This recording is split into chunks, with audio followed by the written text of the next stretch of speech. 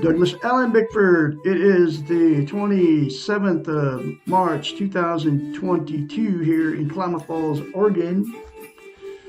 Broadcasting live out of my 105-year-old house here in the Mills Edition. I am on YouTube and Facebook Live for one reason, and that's to teach you all out there that you are full of goodness, that you were not born bad like all these man-written, self-proclaimed, God-written, inspired by God written holy books that say we're all born bad. You're not born bad. We're born with goodness, and you are full of goodness right now. If you can accept that you're full of goodness, because you've been trained via all the holy books, so-called holy books, that you're terrible people, you're wretched, but that's not true, okay? Anyway, I am teaching self-esteem out of this book, written by a doctor of psychology, Susanna McMahon. She's 73. She lives in Madrid, Texas with her husband. She wrote this book, The Portable Therapist. It was published in 1992. So 30 years ago, this book was published. She's a psychiatrist, a counselor, a therapist, many years. I don't know if she's still doing it or not. You can't find anything about this woman, this lady. But every chapter in this book talks about how we've been trained and taught and not to have self-love, self-esteem. What self-esteem is. It's how you feel about yourself inside. But most people don't know what the two words mean. They think it's pride, selfish, it's a bad thing, right? But all it is you have a loved one that you love, that you're madly in love with. You do anything for that person. You treat yourself the same way that you treat that loved one. That is what self-esteem is. It's you love yourself like you love that other person. Okay. Susanna McMahon, a psychiatrist, came up with a very simple way to attain self-esteem. She was a psychiatrist, is a psychiatrist many years. She's had thousands of clients, and she was trying to fix their minds, because that's why they would pay her. So she wrote this book. She was their therapist in counseling sessions, right? She came up with a concept. Okay, it's called mirror therapy. She's the originator of mirror therapy, to give her clients self-esteem so she could break through and fix whatever is going on in their head. Okay. And here it is. You look at yourself in the mirror daily. We're all in front of the mirror, shaving or whatever you're doing in front of the mirror in the morning, or whatever you're in front of the mirror. Doing your makeup as a woman. You look at yourself in the mirror instead of saying bad things about yourself, which we all do, because that's what we're trained to believe, that we're all bad. But you get older and then you criticize yourself in the mirror. Instead of criticizing your mirror, say these three things. I love you. I love my inner child. I'm worthy to be loved, worthy to love. Say those three things to yourself in the mirror daily, like I said, instead of criticizing yourself. It will give you self-esteem, self-worth, self-confidence if you do it and you keep doing it daily. Because to maintain self-esteem, it has to be practiced. It's like lifting weights. You quit lifting weights, you lose it, and you lose muscle mass, and you have to start over. Self-esteem, the exact same thing with the brain. Okay.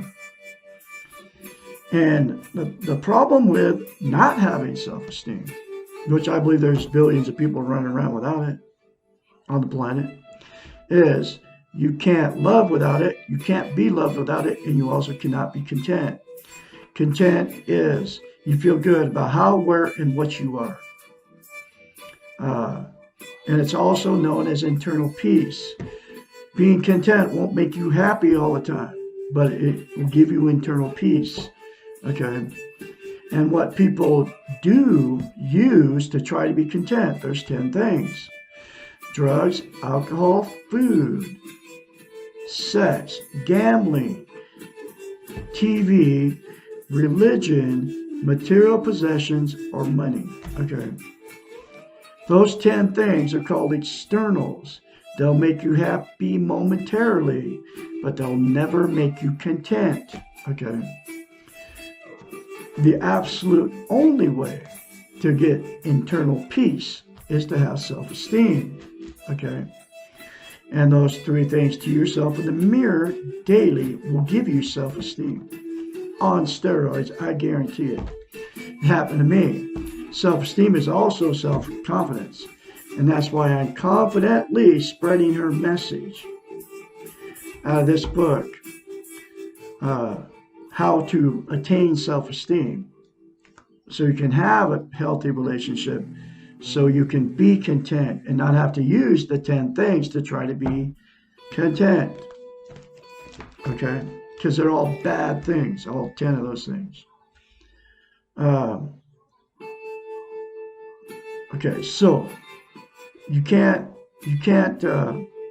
be loved or love without self-esteem. So what happens is there's 2 things that'll happen. You attract, without self-esteem, you'll attract somebody without it. So then they can't love you, you can't love them. So you'll get with somebody that doesn't love you. They need you for whatever reason. And then what happens is you'll stay, the relationship turns toxic. You'll stay in that relationship forever because you don't want to be a failure. You know, you don't want to be embarrassed by going through a divorce or breaking up with that person. Or you relationship jump. I've been married 4 times and divorced 4 times because of no self-esteem. Okay. And had many failed relationships because I didn't love myself. And that was because I was sexually, emotionally, physically abused as a child. But there's billions of people that don't have self-esteem and they're in toxic relationships, or you're a relationship jumper like me. That's why you've been married more than once. That's why you're alone out there at whatever age you're at, being alone, because you're afraid the next one is going to turn out the same way, but your next relationship. But guess what? It will without self-esteem. The only way to get a healthy relationship with another, romantic relationship with another, is to attain self-esteem. Then you'll attract somebody that has self-esteem. Okay? So, I am teaching Susanna McMahon's book very confidently, 1 chapter at a time. This is my life's work, to teach you out there how to love yourself and to also tell you that you were born good and you're full of goodness, unlike what you've been taught. Unlearn what you've learned, folks. You've learned that you're bad, you're wretched. Comes from all the holy books, so-called holy books. Those things were not written by God, had nothing to do with God. They were written by man to control you so you feel bad about yourself and you do all their stuff, like you go to church, to try to find God. But God is living already inside you. But that's why they wrote those books. So you follow the rules, okay? So you don't spread that inherent badness that you were born with, okay? And that's why they wrote them, man written, okay? Chapter number 31. How do I accept myself as I am? This question may be the most important one in this book.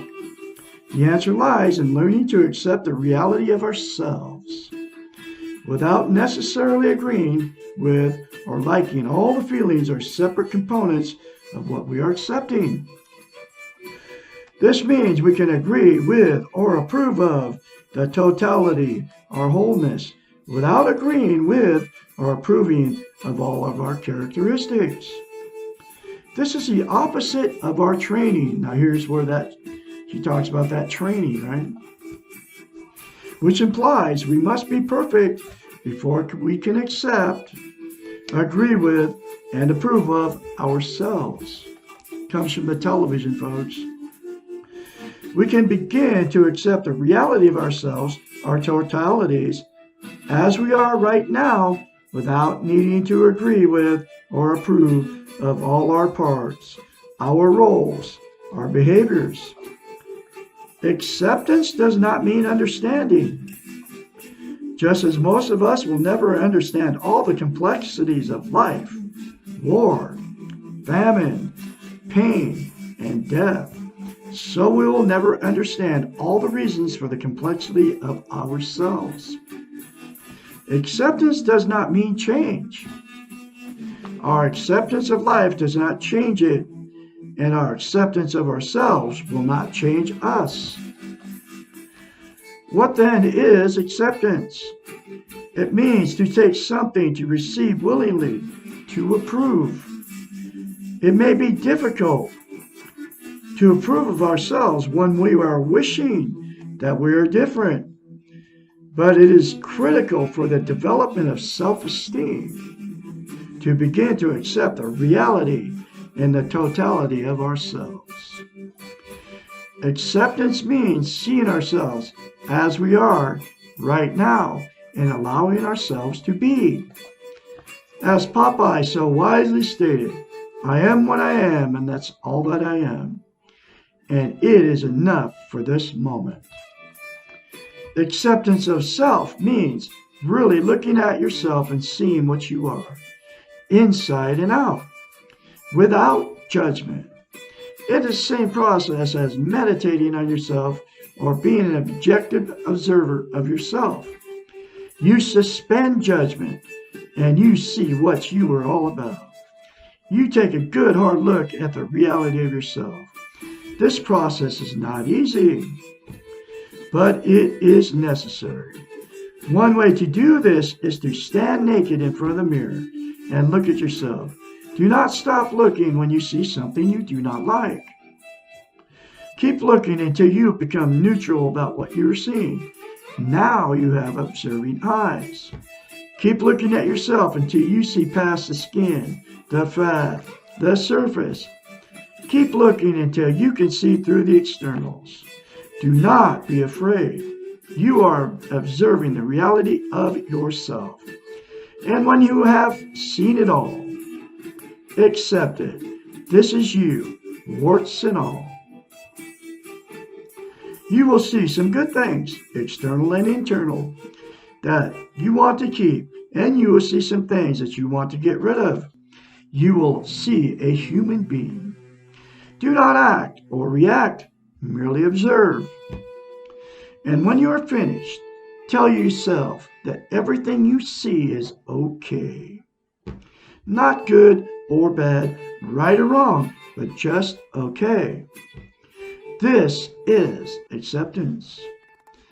Another way to learn to accept yourself is to take a piece of paper and draw it on a vertical line down the middle.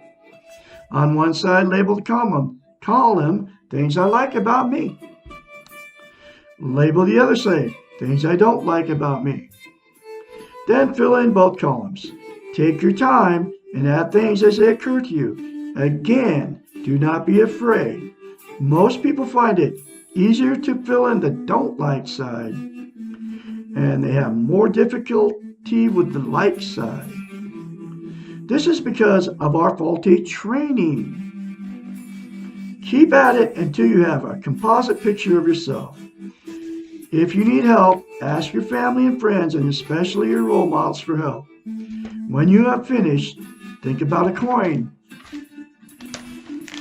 A coin has two sides. Neither side is right or wrong or better. Now think of your list as two sides of the coin. In order to have one side, you must have the other. Try to figure out how one side depends on the other. For example, if you like the fact that you're an organized person and you dislike the fact that you're too compulsive over certain things, try to see the relationship between the two. You cannot always be organized without sometimes being compulsive. If you like the fact that you are patient and dislike the fact that you're sometimes slow and pedantic, again see the relationship between the two. You may really like the fact that you are a generous person, financially and emotionally, but you may dislike the fact that you sometimes feel that others take advantage of you. Can you see the relationship between the two sides? The light side and the dark side. The side we like and show to others, and the side we dislike and try to keep hidden? Question mark. Nearly everything that you do not like has an opposite in something that you do like. If you need help finding the positive side to something negative, ask for help. Remember that you cannot be perfect, and also remember to suspend judgment. Just as you cannot be perfect, you can also not be a perfect failure. Everything that you do not like about yourself has a counterpart in something positive. Stop looking at only the negatives and accept the positives. Try to find a balance between the two. Acceptance is the beginning. It allows change to occur. You do not have to change in order to accept yourself. Your role models will see the positives in you. Your role models, by seeing the good in you, will give you permission to see the good in yourself. Do not be afraid. The good is there. Woo! And you are all full of goodness, folks. You just have to be able to accept that you're good, just like this whole chapter just said. Okay? I'm going to have another chapter for you tomorrow, which will be, how can I accept myself if I don't agree with myself? Chapter 32. You all have a very good day out there. I can be your mentor when you start going through this change. 458-232-5238. Call me anytime, day or night, when you start going through the change. And I will be talking to you tomorrow.